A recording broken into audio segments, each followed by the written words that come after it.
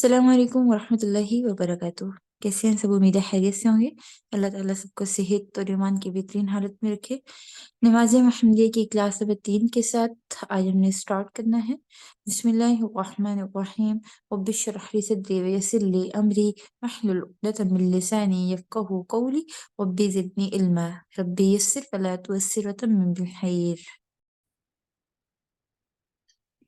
آج ہمارا ٹاپک ہے غسل اور اس کے طریقے کے بارے میں۔ غسل کا لغوی معنی دیکھا جائے تو غسل یغسل سے مصدر ہے۔ اس کا مطلب کیا ہے؟ دھونا۔ چنانچہ غسل الایذا یعنی ایذا کو اچھی طرح دھونا، جسم کو دھونا، ٹھیک ہے، یہ اس میں آئے گا۔ اور غسالہ کپڑے دھونے والی مشین کو کہتے ہیں، غسال دھوبی کو کہتے ہیں۔ یہ سارے ایک ہی لفظ ہیں اور ان کا مصدر کیا ہے؟ پیچھے غسل ہے، غین سین لام۔ اصطلاحی معنی کیا ہے کہ اعضائے جسم پر پانی بہانا اور نظافت کے لیے انہیں بننا۔ نظافت کہتے ہیں صاف کرنے کے لیے، ستھرا کرنے کے لیے۔ غسل کا طریقہ، بیت الخلاء میں داخل ہوتے وقت ہمیں دعا پڑھنی ہے۔ سب سے پہلے سیدنا انس رضی اللہ عنہ بیان کرتے ہیں کہ نبی کریم صلی اللہ علیہ وآلہ وسلم جب بیت الخلاء میں داخل ہوتے تو کہتے اللہم انی اعوذ بک من الخبث والخبائث، یعنی اے اللہ میں تیری پناہ میں آتا ہوں ناپاک جنوں سے بھی اور ناپاک جنیوں سے بھی، یعنی میل اور فیمیل دونوں کا نام ہے، دونوں سے میں آپ پناہ میں آتا ہوں۔ دیکھیے واش روم جو ہوتی ہے نا، وہ صاف جگہ تو نہیں ہوتی نا، تو گندی جگہ جو ہوتی ہے ہمیشہ اس پہ گندی چیزوں کا مسکن انہوں نے بنایا ہوتا ہے۔ تو جن جو ہوتے ہیں، جن بھی صاف تو نہیں ہوتے، وہ بھی گندے ہوتے ہیں نا، مطلب گندی جگہوں پہ رہنا ان کو پسند ہوتا ہے، تو اس لیے یہ دعا لازمی ہوتی ہے۔ پھر ہم نے واش روم جا کے ہم نے سب سے پہلے کیا کیا، اور دعا پڑھی۔ اب دعا پڑھ کے ہم اندر گئے، ہم نے ہاتھوں کو دھونا ہے۔ سیدنا عائشہ رضی اللہ عنہ فرماتی ہیں، یہ غسل کا طریقہ سٹارٹ ہو گیا یہاں سے آپ کا، کہ بے شک نبی کریم صلی اللہ علیہ وآلہ وسلم جب غسل جنابت کرتے تو سب سے پہلے اپنے ہاتھ مبارک دھوتے تھے۔ ٹھیک ہے، غسل جنابت سے مراد یہ ہوتا ہے کہ ایسا غسل جس سے کیے بغیر نماز نہ پڑھ سکیں۔ ٹھیک ہے، تو یہ نفاس کا غسل بھی اسی میں آئے گا، اور پیریڈز کے بعد جو غسل ہوتا ہے وہ اسی میں آتا ہے۔ غسل جنابت میں میل فیمیل ریلیشن کا جو غسل ہوتا ہے وہ اسی میں آتا ہے۔ سیدنا مونا رضی اللہ عنہ بیان کرتی ہیں کہ پھر دائیں ہاتھ سے بائیں ہاتھ پر نرمی پانی ڈالتے تھے، یعنی اپنا ہاتھ دھویا ایک، پھر دائیں سے بائیں پر بھی پانی ڈالا۔ اور سیدہ میمونہ ہی بیان کرتی ہیں، اب یہ ایک یا دو حدیثیں ہیں جن کو ملا کے سارا بیان کیا جائے گا۔ سیدہ میمونہ جو تھی وہ امہات المومنین میں سے ہیں، نبی کریم صلی اللہ علیہ وآلہ وسلم کے ازواج میں سے تھیں۔ کیا بیان کرتی ہیں کہ پھر اپنا ہاتھ 2 مرتبہ یا 3 دفعہ دھویا، یعنی 2 دفعہ بھی دھو سکتے ہیں، 3 دفعہ بھی دھو سکتے ہیں۔ آپ کو یہ یاد رہنا چاہیے کہ اگر ہم وضو کرتے ہیں یا غسل کرتے ہیں تو ایک دفعہ جسم کے آزاد ہونا یا وضو کرنا ایک دفعہ، یہ فرض ہے۔ ٹھیک ہے، اگر ایک دفعہ ہم ہاتھ جسم کے فرض ہے ہم پہ، اور اگر ہم 2 دفعہ کوئی بھی اعضاء وغیرہ دھوئیں گے تو یہ مستحب میں آ جاتا ہے، یعنی پسندیدہ عمل ہے، ٹھیک ہے 2 دفعہ کر لیں، لیکن اگر ہم 3 دفعہ کریں گے تو وہ سنت میں چلا جاتا ہے۔ ٹھیک ہے، تو ہم نے سنت پہ رہنا ہوتا ہے نا، کہ نبی کریم صلی اللہ علیہ وسلم کی سنت پوری ہو۔ لیکن ان کیس ہم کسی ایسی جگہ پہ جہاں پہ پانی کم ہے یا اس طرح کا کوئی مسئلہ ہے تو وہاں پہ ہم ایک دفعہ دھو کے یا ایک دفعہ غسل میں بھی ایک ہی دفعہ ہاتھ دھو لیں، ایک دفعہ کلی کر لیں تو وہ کافی ہو جاتا ہے۔ لیکن اس کو عادت نہیں بنانی چاہیے، یعنی فرض سے تھوڑا سا اگلے درجے پہ ہمیں جانا چاہیے۔ پھر آتا ہے استنجا کرنا، یعنی نجاست جو ہے اس کو دور کرنا۔ سیدہ میمونہ ہی بیان کرتی ہیں کہ آپ نبی کریم صلی اللہ علیہ وآلہ وسلم نے اپنی شرمگاہ کو دھویا اور جو نجاست لگی ہوئی تھی اس کو بھی دھویا۔ پہ ہاتھ جو ہے ان کو مٹی پر رگڑنا، یعنی یہ نہیں آتا ہے ہمارا، آج کل نہیں ہوتا، اس لیے نہیں ہوتا کیونکہ ہمارا پانی جو ہوتا ہے وہ اچھی مقدار میں ہمیں مل جاتا ہے۔ سیدہ میمونہ ہی بیان کرتی ہیں کہ پھر آپ نے اپنے ہاتھ کو زمین پر رگڑا۔ دوسری روایت میں آتا ہے کہ آپ نے اپنے ہاتھ کو زمین کے ساتھ یا دیوار کے ساتھ رگڑا، پھر دونوں ہاتھوں کو دوبارہ دھویا۔ سیدہ میمونہ بیان کرتی ہیں کہ آپ نے اپنے ہاتھوں کو زمین پر مارا اور انہیں زمین پر رگڑا، پھر انہیں دوبارہ دھویا۔ اب مناسب پانی استعمال کرنا ہے، پانی کا اسراف بھی تو نہیں کرنا۔ تو سیدنا انس رضی اللہ عنہ بیان کرتے ہیں کہ نبی کریم صلی اللہ علیہ وآلہ وسلم ایک مد یہ پانی کے ساتھ وضو کرتے اور غسل 1 سیاہ سے 5 سیاہ کے پانی کے ساتھ کر لیتے۔ ٹھیک ہے، تقریباً غسل کے لیے جو پانی تھا، جیسے آج کا اگر ایک دیکھا جائے نا، تقریباً یہ 1.5 کلو کے حساب تک بنتا ہے۔ آگے ہے یہ وضو کرنا۔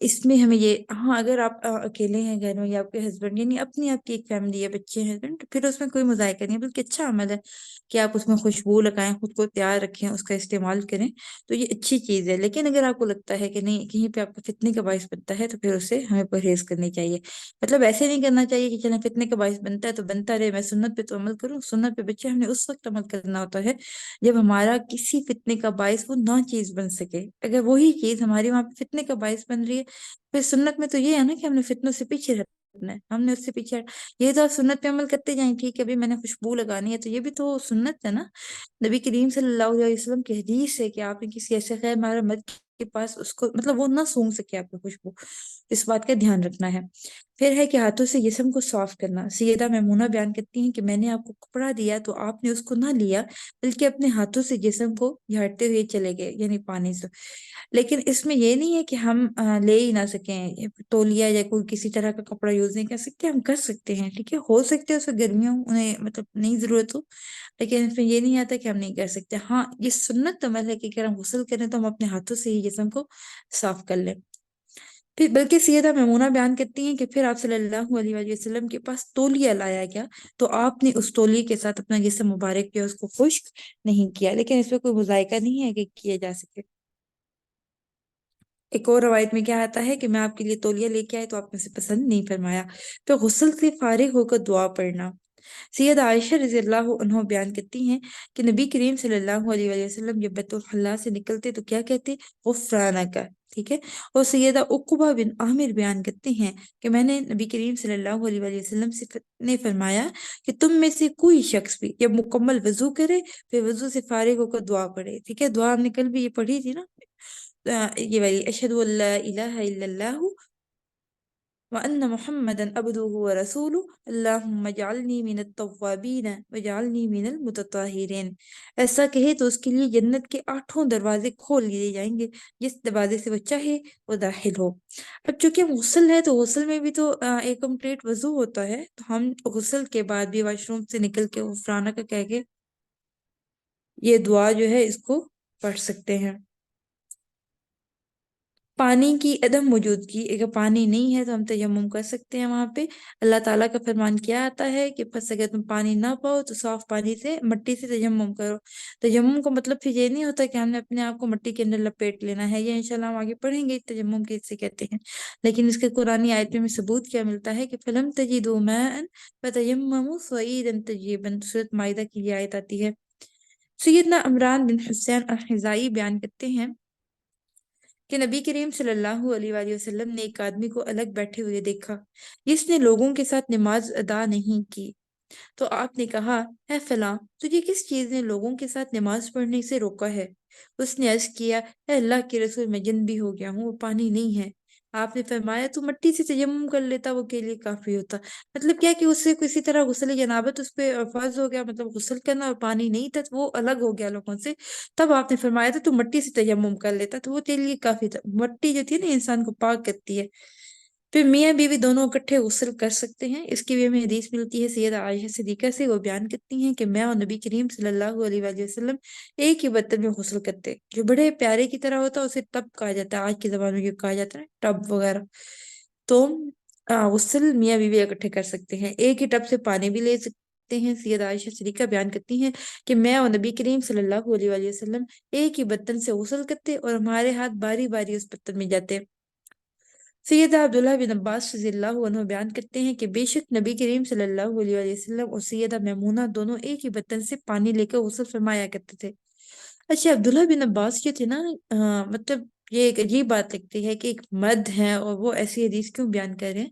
تو عبداللہ بن عباس جو تھے یہ سیدہ میمونہ کے بھانجے تھے، اور یہ ان کے گھر میں اکثر رہا کرتے، ٹھیک ہے، یہ حدیثیں بھی سیکھ رہے تھے، تو بہت ایک آپ کے ساتھ تہجد پڑھنا نبی کریم صلی اللہ علیہ وسلم کے ساتھ، اور ان کے بڑے ایسے میں ملتی ہیں مثالیں سیدنا عبداللہ بن عباس کی، اور اصل میں یہ تھے بھی سیدہ میمونہ کے بھانجے، تو ان کے گھر میں رہتے تھے، اس لیے انہوں نے یہ حدیث بیان کی ہے۔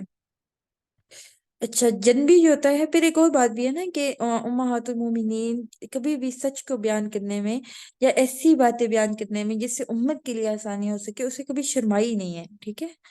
تو جن بھی جو ہے وضو کر کے سو سکتا ہے، لائک اب کسی طرح غسل جنابت جو ہے وہ انسان پہ ہو گیا، واجب ہو گیا، اب اس نے غسل کرنا ہے اور رات بہت لیٹ ہے اور اس کی نماز جو ہے وہ تو ٹائم گزر گیا، تو وہ اس پہ کر سکتا ہے کہ وضو کرے، وضو کر کے سو جائے اور اگلے دن صبح اٹھ کے نماز، یعنی اس کی نماز قضا نہیں ہونی چاہیے۔ سیدنا عبداللہ بن عمر رضی اللہ عنہ بیان کرتے ہیں کہ عمر رضی اللہ عنہ نے عبداللہ بن عمر حضرت عمر کے بیٹے ہیں، وہ کہتے ہیں کہ میرے والد جو ہیں انہوں نے نبی کریم صلی اللہ علیہ وسلم سے پوچھا کیا ہم میں سے کوئی شخص جنابت کی حالت میں سو سکتا ہے؟ فرمایا جی ہاں، جب وہ وضو کر لے، یعنی جنابت کے بعد ہم وضو کرنا جو ہے بہترین عمل ہے، بجائے اس کے کہ ساری رات ہم اسی میں گزار دیں۔ وضو کر لے، وضو کے بعد وہ صبح اٹھ کے اپنی فجر کی نماز سے پہلے اپنے غسل جنابت کر کے اپنی نماز ٹائم پہ ادا کر سکتا ہے۔ جن بھی شخص جنابت کی حالت میں گھر سے باہر اور بازار جا سکتا ہے، یعنی یہ نہیں ہے کہ نہیں کہیں نکل ہی نہیں سکتا یا کچھ بھی نہیں کر سکتا، کوئی کھا پکا نہیں سکتا، بچے کو فیڈ نہیں کروا سکتا۔ اکثر ایسے سوال بھی آتے ہیں کہ فیمیلز جو ہیں وہ جنابت کی حالت میں بچے کو فیڈ نہیں کروا سکتے، تو ہم پہلے مطلب غسل کرتے ہیں پھر ہم بچے کی طرف آتے ہیں، بچہ روتا رہتا ہے، اس کا ہم کیا حل کریں؟ تو بچوں اسلام نے اتنی سختی نہیں دی، ٹھیک ہے، لا اکراہ فی الدین، کوئی زبردستی ہے ہی نہیں دین میں، تو سختی بھی نہیں ہے، دین تو بہت آسان چیز ہے نا، تو ہم جنابت کی حالت میں سب کچھ کر سکتے ہیں سوائے نماز روزہ ان چیزوں کے، ٹھیک ہے۔ سیدنا ابو ہریرہ رضی اللہ عنہ بیان کرتے ہیں کہ راستے میں مجھے اللہ کے رسول ملے جبکہ میں جنبی تھا، تو آپ نے میرا ہاتھ پکڑ لیا، میں آپ کے ساتھ چلتا رہا یہاں تک کہ آپ بیٹھ گئے، میں چپکے سے کھسک گیا، گھر آ کے میں نے غسل کیا، پھر میں آیا تو آپ بیٹھے ہوئے تھے، آپ فرمانے لگے اے ابو ہریرہ تم کہاں تھے؟ تو میں نے عرض کیا کہ میں غسل کرنے گیا تھا، آپ نے فرمایا کہ سبحان اللہ، اے ابو ہریرہ بے شک جو مومن ہے وہ نجس نہیں ہوتا، یعنی مومن ناپاک نہیں ہوتا، اس کا مطلب یہ نہیں کہ ہم نے غسل ہی نہیں کرنا، غسل لازم ہوتا ہے۔ اللہ تعالیٰ ہمیں دین حنیف کی فہم اور علم عمل کی ہے وہ توفیق دے، آمین ثم آمین۔ انشاءاللہ نیکسٹ ہم ٹاپک جو ہے وہ کل سٹارٹ کریں گے تیمم کے بارے میں انشاءاللہ تعالیٰ۔ چلیں یہاں تک کوئی کوشچن ہو تو آپ لوگ کر سکتے ہیں اپنے فیڈ بیک گروپس وغیرہ میں، اللہ تعالیٰ آسانی رکھے۔ سبحانک اللہم بحمدک نشہد ان لا الہ الا انت نستغفرک ونتوب الیک۔ السلام علیکم ورحمۃ اللہ وبرکاتہ۔